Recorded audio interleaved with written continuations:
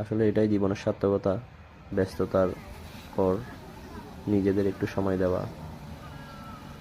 আমার বিকালে জব যে 3টা থেকে 11টা পর্যন্ত, চুলোর আগুন খুব ভালোভাবে মানে সকালে হচ্ছে যে জ্বলছে। নিতে হবে, বুঝেন নাই? এর মধ্যে আমাদের মাংস মোটামুটি হয়ে গেছে। এখন আমরা মাংসগুলা দেখব।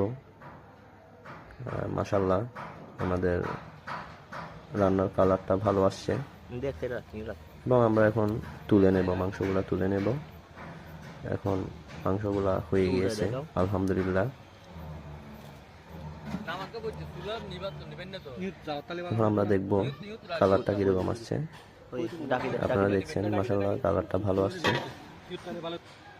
এরপর আমরা নিজেরা খাওয়ার জন্য প্রস্তুতি নিলাম এবং আমরা সবাইকে প্লেট দিয়ে ভাত ডিস্ট্রিবিউট করে দিলাম, সাথে তরকারি, সালাদ।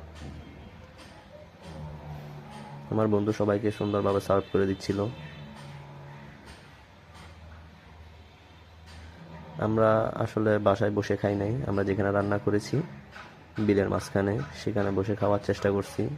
কারণ শীতকালে যখন সন্ধ্যা হয়ে যায় একটু একটু কুয়াশা থাকে, ঠান্ডা থাকে, বাইরে খাইতে ভালো লাগে, তাও গরম গরম ভাত এবং গরম গরম মাংসের সাথে।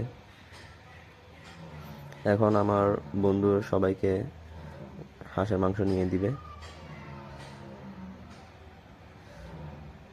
এবং সে সুন্দরভাবে আমাদেরকে মাংসগুলা সার্ভ করে দিতেছিল।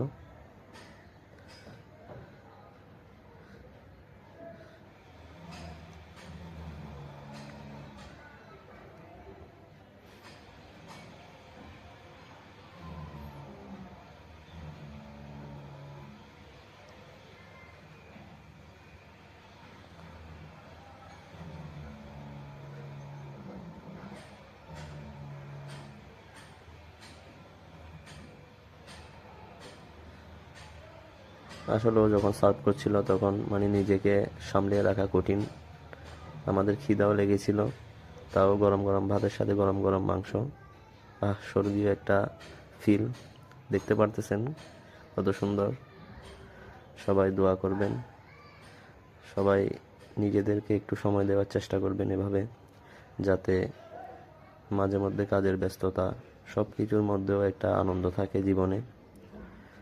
আসলে সবসময় বন্ধু বান্ধবদের পাওয়া যায় না, একসাথে পেলে সেই সময়টা কখনো নষ্ট করবেন না, উপভোগ করবেন জীবনটা। সবাইকে ধন্যবাদ।